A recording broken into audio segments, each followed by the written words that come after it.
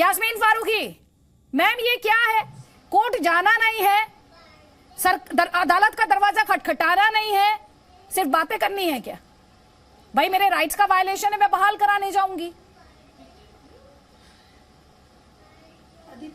किस किस बात पे कोर्ट जाएं? हिजाब पे कोर्ट जाएं, तलाक पे कोर्ट जाएं, मतलब कोर्ट के पास और तो कोई काम ही नहीं है सिवाय इन बेवकूफ़ी है ना और बेकार बातों के ऊपर कोर्ट जाते रहे। एजुकेशन का मामला आता है कोर्ट जाओ, हिजाब का मामला, मदरसों का मामला, बहुत सा ये अब सिरदर्द करने वाली बातें हो गई नहीं एक्चुअली।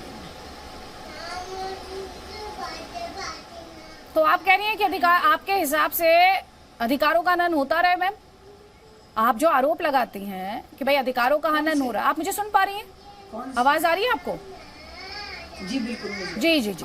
मैं क्या कह रही हूँ, आप ये कह रही हैं कि किन किन मामलों को लेकर कोर्ट जाए? भाई इस देश में अदालतों का काम है सिटीजन्स के राइट्स को अपहोल्ड करना, कॉन्स्टिट्यूशन को अपहोल्ड करना। ये इस देश की अदालतों का काम है और इसीलिए इस देश की डेमोक्रेसी को बहुत मजबूत बनाया जाता है कि जैसे ही कोई भी इंस्टीट्यूशन अपनी बाउंड्री क्रॉस करने की कोशिश करता है, उसकी लिमिटेशंस ड्रॉ की गई हैं, वो लाइन क्रॉस नहीं कर सकता, उस पर चेक रखे गए हैं। कॉन्स्टिट्यूशन इसीलिए इस देश में माना जाता है। तो अधिकारों का हनन होगा यास्मीन मैम, तो आप जाएंगे तो अदालत ही ना, या जमीरुल्लाह साहब की तरह आप धमकाएंगे, ऐसी भाषा असंयमित तरीके से बहस करेंगे, पाठ पढ़ाने लगेंगे? ऐसा नहीं होगा ना मैम, बहस को तो कहीं खत्म करना होगा ना, समाधान कहीं निकालना होगा। बिल्कुल अदिति जी बिल्कुल आप सही कह रही हैं। अब मसला ये नहीं है, मसला ये है कि कॉन्स्टिट्यूशन ने सबको बराबरी का हक दिया है। हम कहीं तो बाइस्ड हो जाते हैं, कहीं नहीं, वहाँ दुखता है अदिति जी, जहाँ पे ये मामला आता है कि मैं आपको ढेरों प्राइवेट स्कूल्स बता दूं जो एक एक रूम में चल रहे हैं, जिन पे कोई लागू नहीं होते रूल्स एंड रेगुलेशन, जिनको कोई सुनवाई नहीं होती। आप करो, मैं बिल्कुल मना नहीं करती, बिल्कुल आपको एक कॉन्स्टिट्यूशन पे चलना है, लेकिन उसको सबको बराबर रखो। आप ये मत करो कि अब हम तो मदरसों पे ही जाएंगे, हम और किसी स्कूल की तरफ टच भी नहीं करेंगे। अगर आप दोनों तरफ का साथ चलोगे किसी को कोई एतराज नहीं होगा, क्योंकि मैं आपको यकीन दिला रही हूं कि ऐसे ढेर प्राइवेट स्कूल चल रहे हैं जो नॉर्म्स पे पूरे नहीं उतरते हैं, जिनके टीचर्स ही पढ़े, आपको सिग्नेचर करने वाले 10 आ जाएंगे और वहां पे आपको 3 भी नहीं मिलेंगे। ये फैक्ट बता रही हूं मैं आपको, क्योंकि मैं ग्रास रूट लेवल पे काम करने वाली आदमी हूँ अदिति। मैं किसी पे ना इल्जाम लगाना चाहती हूँ, ना मैं गलत बयानी करना चाहती हूँ। यहाँ मसला ये है कि आप एक तरफा कार्रवाई मत करो। ठीक है श्रीराज, जो भी कार्रवाई हो कार्रवाई क्यों हो रही है? देखिए अदिति जी, वो ये प्रॉब्लम क्या है, अपनी सहूलियत अनुसार संविधान को मानेंगे, अपनी सहूलियत अनुसार कोर्ट के निर्णय को मानेंगे तो ये सारी तकलीफें होंगी। यहाँ पे कोई एक तरफा कार्रवाई नहीं हो रही। अगर सरकार को लग रहा है कि मैंने क्या बोला, कोई भी कार्रवाई सरकार किसी न किसी रिपोर्ट के आधार पर करती है। अगर सरकार को लगेगा कि कल कोई हिंदू संचालित संस्थाओं के ऊपर अगर उनके ऊपर ध्यान रखना है या उनके ऊपर किसी प्रकार की कार्रवाई करनी है तो करेगी। ऐसा इनको लगता क्यों है? दूसरी बात, मैं बार बार ये कह रहा हूं, अगर लगता है मदरसों में सही प्रकार की और मदरसा को अगर रिफॉर्म करना है, मदरसा में आज के मॉडर्न एजुकेशन को इम्प्लीमेंट करने के लिए सरकार कुछ कदम उठा रही है, कुछ रिफॉर्म्स के लिए उठा रही है, तो इनको स्वागत करना चाहिए। ये हर चीज को नेगेटिव नकारात्मक तरीके से ले रहे हैं। एक तरफा एक्शन होता है ना, ये कह रहे कितने ऐसे स्कूल हैं जो नॉर्म्स को फॉलो नहीं करते, उन पर आप एक्शन नहीं लेते। कभी आप हिजाब को लेकर बात करने लगते हैं, कभी आप मदरसों को लेकर बात करने लगते हैं, कभी आप नमाज को लेकर बात करने लगते हैं, कभी आप अजान को लेकर बात करने लगते हैं, कभी आप इनके खाने को लेकर बात करने लगते हैं, कभी इनके कपड़े को लेकर बात करने लगते हैं। इसलिए कह रही हैं ये। बिल्कुल नहीं, देखो इनको लग रहा है। चलिए एसके दत्ता से मैं सवाल का जवाब देती हूँ। एसके दत्ता,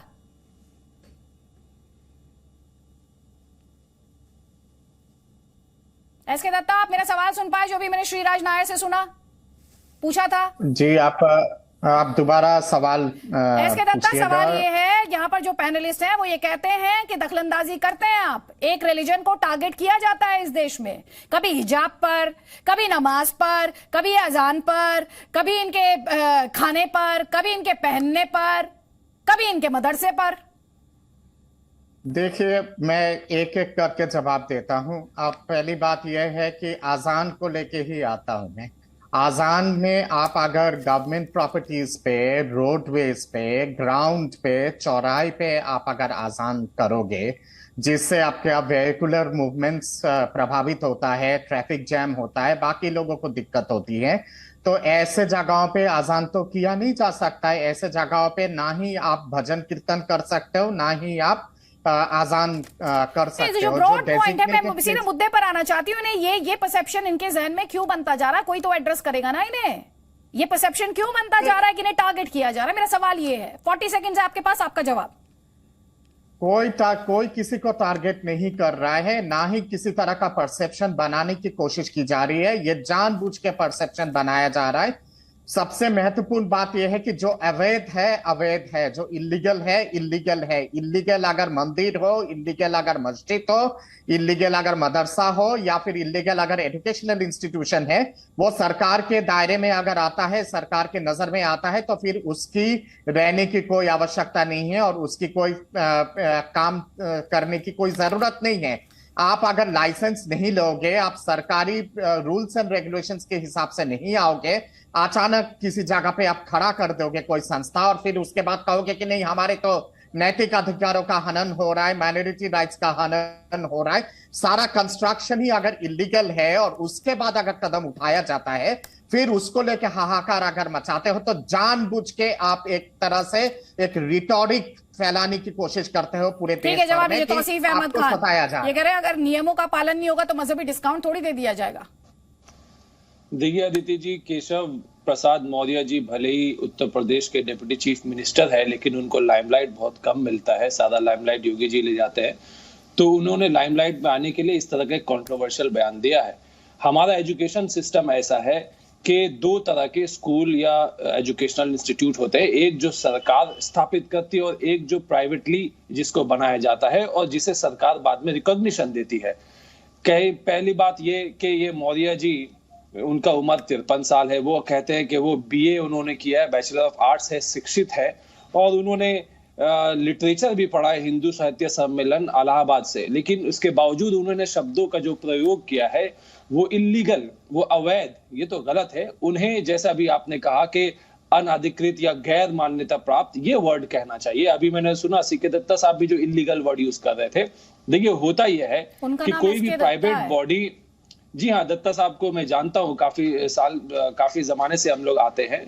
तो उनका नाम सीके दत्ता नहीं, उनका नाम एसके दत्ता है। जी हाँ, एसके दत्ता।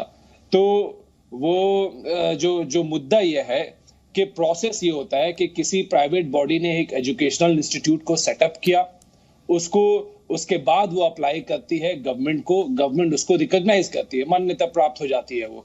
लेकिन उसका मतलब ये नहीं कि मान्यता प्राप्त होने से पहले वो इलीगल है या अवैध है जो शब्द का प्रयोग किया जा रहा है। ये हमें नहीं करना चाहिए, क्योंकि ये हमारी एजुकेशन सिस्टम ही है और इसके लिए सरकार खुद ही जिम्मेदार है। सरकार के पास इतना स्कूल ही नहीं है कि सरकार इतने सारे स्कूल बनाए, प्राइवेट बॉडीज पे वो डिपेंड करते हैं। जवाब लीजिए एसके दत्ता से।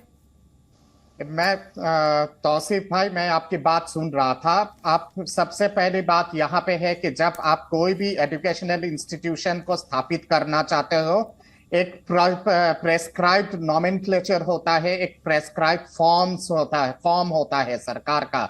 उस फॉर्म के हिसाब से आपको अप्लाई करना पड़ता है। लाइसेंस के लिए आपको जमा करना पड़ता है सारे दलीलें with all the documentary evidences. उसके बाद ही फिर उसकी स्क्रूटिनी होती है। फिर सरकार को लगता है कि आपने अगर सारे दलीलें आपने पूरा किया है तो फिर आपको मान्यता दी जाती है, लाइसेंस दी जाती है। ये नहीं होता है कि पहले आप खड़ा कर दो चीजों को और उसके बाद फिर आप कहो कि नहीं, हमें मान्यता चाहिए। दरअसल असदुद्दीन ओवैसी, इस पूरे विवाद को आप कहना चाहिए आगे बढ़ाने में उनकी आवाज सबसे ज्यादा मुखर रही है। वो इसमें छोटा एनआरसी देखते हैं और साथ ही बार बार ये आरोप लगाते हैं कि ये मुसलमानों को बदनाम करने की साजिश है। सुनिए।